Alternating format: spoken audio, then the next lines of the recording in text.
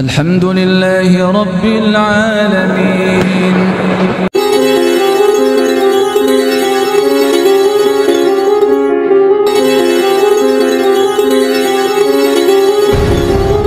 Dia tidak berkecukupan tetapi dia mampu menyembunyikan ketidakcukupannya itu, wala yuftanu bih, dan tidak menampakkan, fayusaddaqu alaih, kemudian manusia bersedekah atas dia, wala yaqumu fayas'alun nas, dan dia menahan diri tidak meminta-minta kepada manusia. Ini orang hakikat yang miskin yang sebenarnya seperti ini, dan ini lebih wajib kita bantu.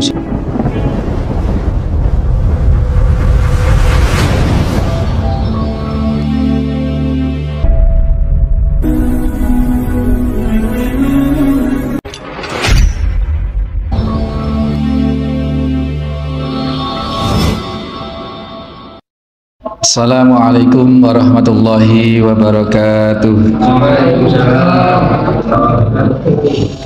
Innal hamdalillah nahmaduhu wa nasta'inuhu wa nastaghfiruh wa na'udzu billahi min sururi anfusina wa min sayyiati a'malina.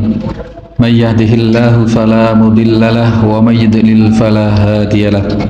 Asyhadu an la ilaha illallah wahdahu la syarikalah. Asyhadu anna Muhammadan abduhu wa rasuluhu la nabiyya ba'dah.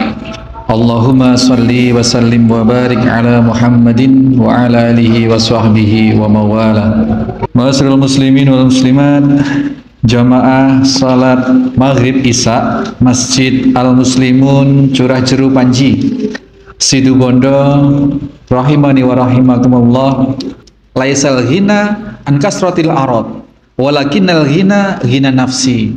Kekayaan yang sesungguhnya itu bukan diukur dari banyaknya harta. Kekayaan yang sesungguhnya adalah kekayaan jiwa atau kekayaan hati. Ini yang sebenarnya. Nah, kemudian hal kedua yang bisa kita ambil faedah dari hadis ini adalah bahwasanya seharusnya harta itu memang didistribusikan agar terjadi sirkulasi. Jadi orang tidak menyimpan-nyimpan, ya seperti Rasulullah tadi itu. Hidupnya enteng, bahkan setelah kewafatan beliau tidak tercatat warisan-warisan yang berupa harta benda, kebun kurma atau apapun di mana-mana. Tapi beliau tercatat sebagai orang yang sudah menghabiskan dunianya ketika hidup. Itulah kekayaan yang sesungguhnya sebenarnya. Tempo hari sudah kita bahas. Harta yang sesungguhnya itu adalah laisal maluhu ila ma akalahu hatta faniya. Harta yang sebenarnya itu adalah harta yang dimakan hingga kenyang sebenarnya itu. Aula bisaru hatta abla, atau yang dipakai hingga usang, hanya itu. Pakaian yang ditumpuk itu belum harta kita.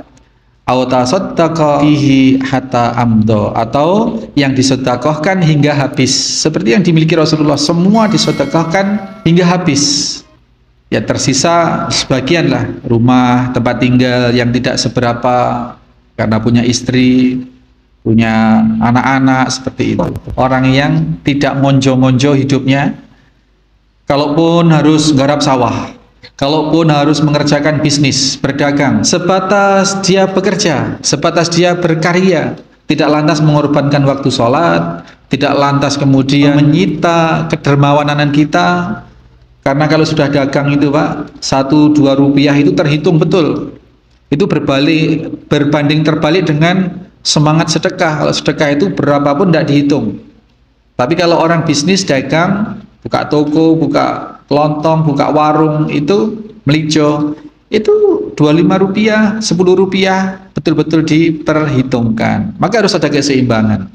Harus ada keseimbangan. Kemudian pelajaran yang berikutnya yang bisa kita ambil adalah bahwa kita boleh memberi. Kalau ada orang yang datang minta-minta kepada kita boleh memberi. Kita boleh memberi apakah di lampu merah, apakah di mana-mana. Tetapi yang dicontohkan oleh Rasulullah SAW, memberi dengan juga menasihati. Ya kasarannya nasihat Rasulullah ini kalau kita mau terjemahkan secara bahasa kita, yo anulah gitu. Ya kalau bisa tidak minta-minta. Kalau masih bisa kerja, Orang kalau menjaga harga dirinya, menjaga ifahnya, menjaga kehormatannya, maka Allah akan betul-betul mengangkat kehormatannya. Artinya apa? Orang yang meminta-minta itu berarti adalah orang yang kurang menjaga ifahnya atau tidak menjaga harga dirinya, menjatuhkan harga dirinya di hadapan manusia karena meminta-minta kepada manusia. Ini Pak, ini catatan penting bagi kita. Terus orang yang datang yang meminta-minta kepada kita, ini ada beberapa tipe, ada beberapa jenis. Ada orang yang masih sehat, ada orang yang sebenarnya dia bisa bekerja, itu ya. Ini nasihat Rasulullah SAW. Kalau kita mau beri, beri. Tapi dengan kesunahannya tadi itu, kalau bisa kita juga memberikan masukan kepada mereka. Seperti yang dilakukan oleh Rasulullah tadi itu, memberi masukan atau menasihati mereka. Kecuali kalau kita tahu betul orang ini meminta-minta dalam rangka memperkaya diri. Wah, ini ada Pak, orang rumahnya sudah bagus, punya mobil, tapi dia dinasnya itu ya minta-minta. Ya, kalau dia berangkat diantar mobil Alphard, nanti diturunkan di mana, ganti baju dari dalam mobil, ganti baju yang compang-camping itu baju dinasnya. Nanti turun, kemudian dia jalan ke lampu merah mana, nanti sore dia pergi ke tempat penjemputan itu. Di rumah ya ada TV, ada macam-macam sudah. Yang seperti inilah yang dilaknat oleh Allah Subhanahu wa taala.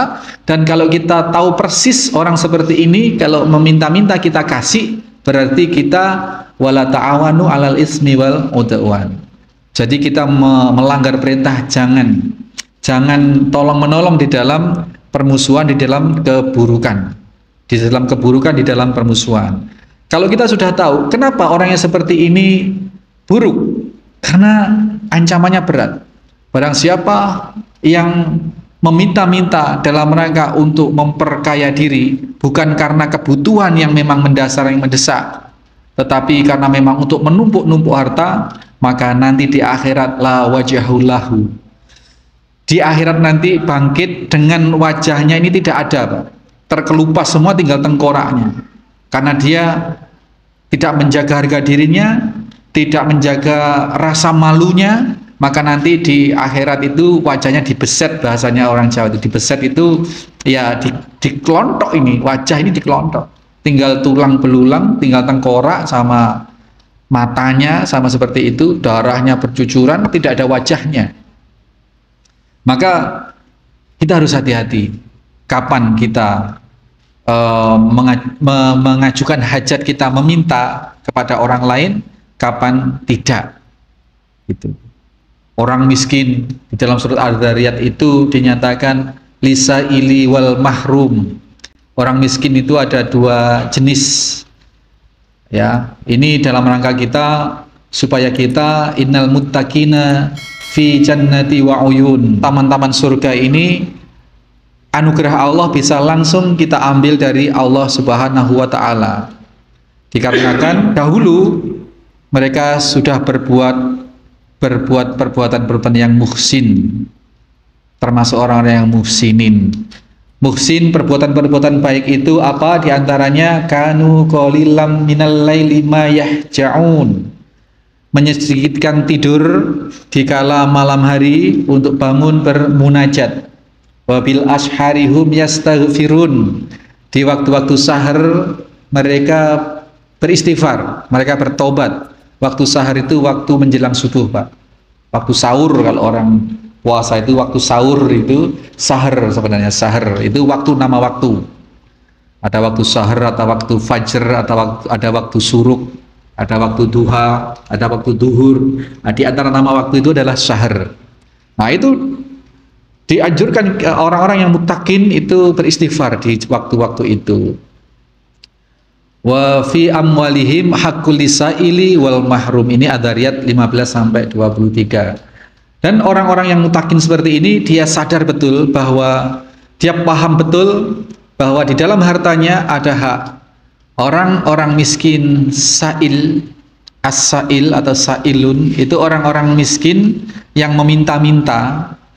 Orang yang kecukupannya sangat terbatas, kemudian dia mengutarakan hajatnya dengan meminta kepada orang lain. Ini sa'il.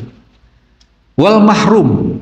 Mahrum ini adalah orang yang kecukupannya juga terbatas, serba kekurangan sebenarnya, tetapi dia menyembunyikan keterbatasannya itu sehingga orang lain sampai-sampai tidak tahu bahwa dia itu sebenarnya miskin, sebenarnya sangat kekurangan, dan dia berhak atas sedekah sebenarnya, atas sedekah, tetapi dia tidak meminta-minta. Jadi as-sa'il dan mahrum itu harta kita, harta orang-orang kaya itu ada hak mereka. Tetangga yang demi menjaga harga dirinya, demi menjaga ifahnya, demi menjaga kehormatannya, meskipun kurang, meskipun tidak ada yang dimasak, dia enggan untuk sambatan ke tetangganya. Ini seorang tetangga yang baik harus peka, Pak. Tidak usah nunggu disambati, ya harus itu. Karena harta kita ada hak mereka. Jangankan tetangga yang sampai kelaparan, kucing kalau sampai kelaparan, dia berada di sekitar kita, berdosa kita. Makanya saya itu miris. Di Alviros itu banyak kucing liar yang sehari-hari di situ. Ya namanya liar ya gimana, datang dan pergi mereka. Waktu-waktu makannya juga tidak teratur kan begitu. Jadi ya ada kita kasih makan gitu. Kalau enggak ya, soalnya nggak tahu jadwalnya mereka, dan pas lapar atau tidak juga nggak tahu. Ini kalau sampai kucing tetangga kelaparan, maka orang yang mampu ini berdosa.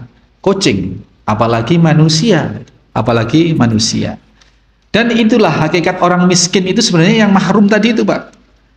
Orang yang miskin itu laisal miskin, tidaklah orang miskin alladzi yatufu 'alan nas. Bukanlah orang miskin itu adalah orang yang berkeliling meminta-minta kepada manusia, tarudhul luqmatu wa luqmatani.